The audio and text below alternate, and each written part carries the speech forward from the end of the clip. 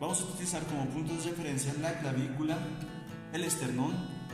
Dentro del esternón sabemos que el maniubro y el cuerpo del esternón están separados por una prominencia que nosotros logramos palpar al hacer palpación, que es el ángulo o la prominencia de Luigi. De este ángulo sacamos los primeros dos focos auscultatorios.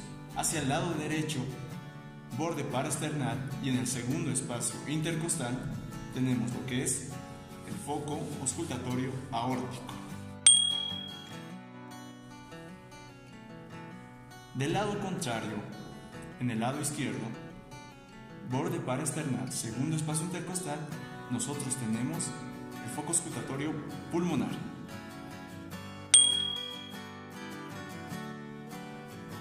Bajando y en el lado izquierdo aún,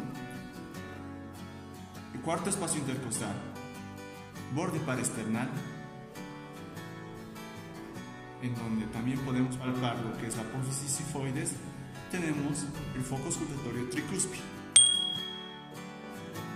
Y el último foco auscultatorio, línea media clavicular, quinto espacio intercostal, tenemos lo que es el foco auscultatorio mitral.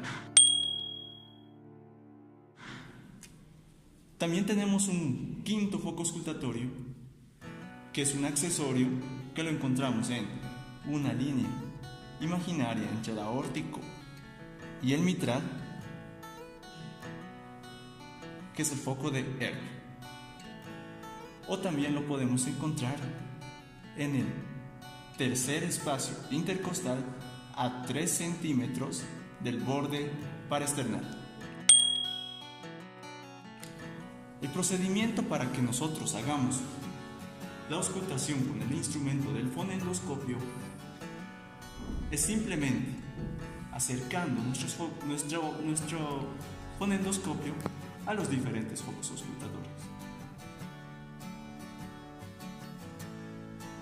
Tanto en el aórtico como en el pulmonar, nosotros vamos a obtener los ruidos cardíacos secundarios.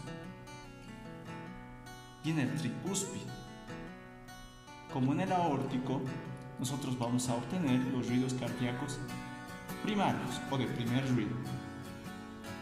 En el foco accesorio de Ehrlich, nosotros vamos a obtener el segundo ruido.